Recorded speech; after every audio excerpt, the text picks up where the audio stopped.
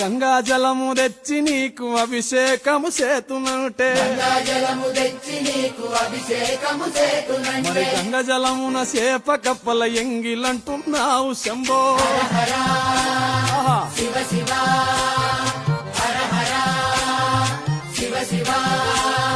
సాంబ శివ నీదు మహిమ ఎన్నటికీ తెలియదాయే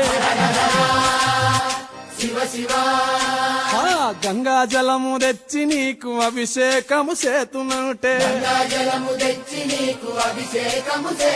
మరి గంగా జలమున చేప కప్పల ఎంగిలంటున్నావు శంభో